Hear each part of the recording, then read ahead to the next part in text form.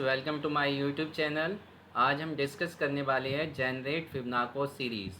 तो इंटरव्यूअर कभी कभी ये क्वेश्चन पूछता है कि आपको एक फिबनाको सीरीज़ जनरेट करने के लिए कोड लिखना है।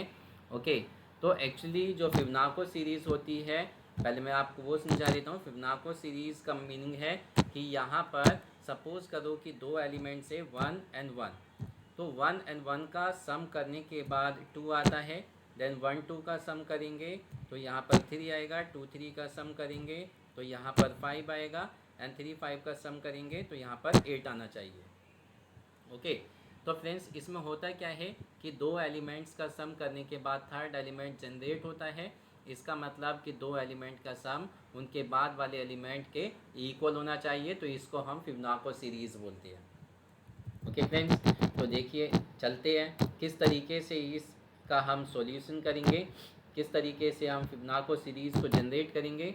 सबसे पहले हम एक फंक्शन बना लेते हैं, कॉन्स्ट फिबनाको सीरीज़ जनरेटर।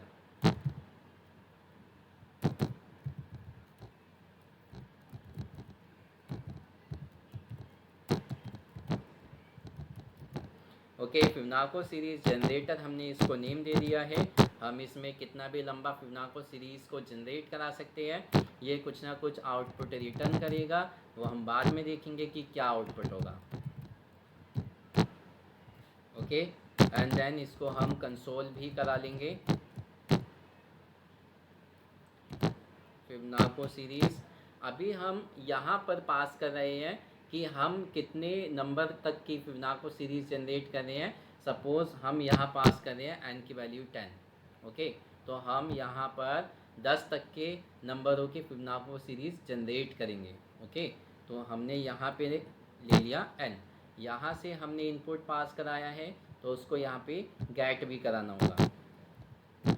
अब यहाँ पे फ्रेंड्स एक्चुअली होगा क्या, सबसे पहले हमें यहाँ पर फिबनाको सीरीज़ के लिए हमें 3 नंबर्स चाहिए होते हैं।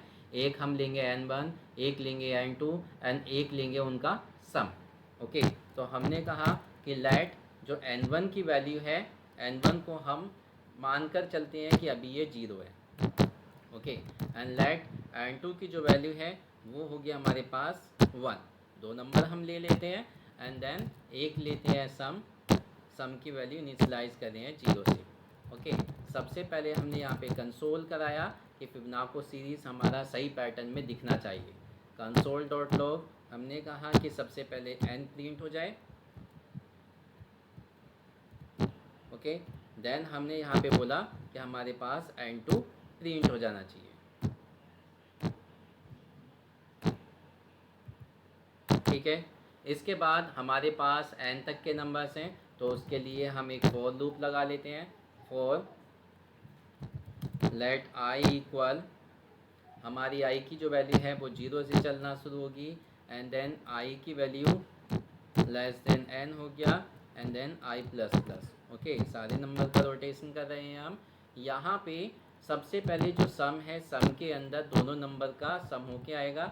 ये हमने अभी बोला था कि दो नंबर का जो सम होगा वो किस में आना चाहिए, एक मीन्स जो स्टार्टिंग टू नंबर्स हैं, जैसे हमारे पास ये 1 एंड 1 है तो ये n1 हो गया, ये n2 हो गया एंड ये सम हो गया। तो n1 प्लस n2 की वैल्यू किस में जा रही है, सम के अंदर जा रही है। देन अगेन ये हो गया n1, ये n2 हो गया, n3 को हम क्या काउंट करेंगे, सम। तो यहाँ पे n1 प्लस n2 की वैल्यू सम में जा रही है। तो सेम चीज़ हमने यहाँ पे बोला कि भाई n1 और n2 की वैल्यू का सम किस में जाना चाहिए, ये जाना चाहिए सम के अंदर। ओके, उसके बाद यहाँ पर ये n1 है, ये n2 है, ये सम है। तो नेक्स्ट वाले स्टेप के लिए जब हम इसे काउंट करेंगे तो n2 की वैल्यू को हम n1 मान लेते हैं एंड सम की वैल्यू को हम n2 मान लेते हैं। तो सबसे पहले हमने क्या करा, जो n2 की वैल्यू है उसको हमने n1 के अंदर डाल दिया।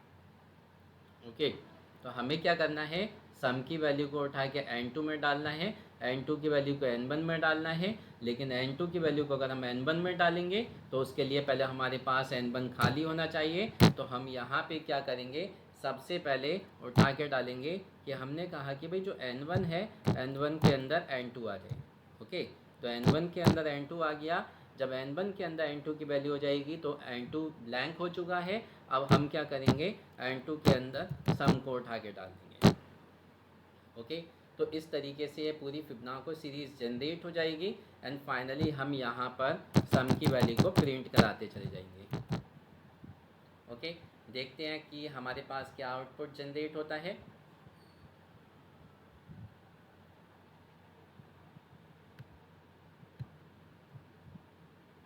इसको कंसोल करा लेते हैं यहाँ पर भी, console.log and then it is some.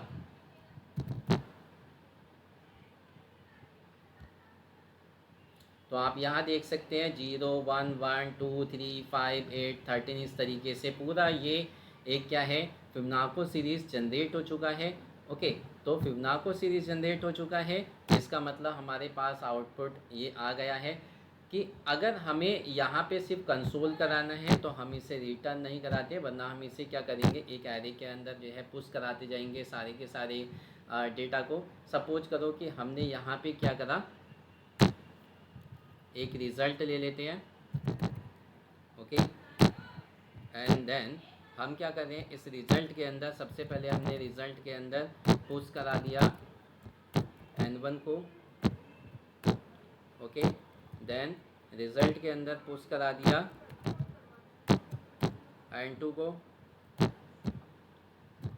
Okay, and then यहाँ पर हम इसे पुश करा देते हैं सम को।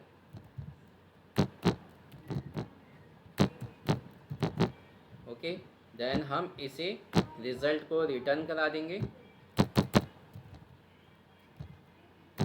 ओके, अभी अगर हम इसे कंसोल कराएं,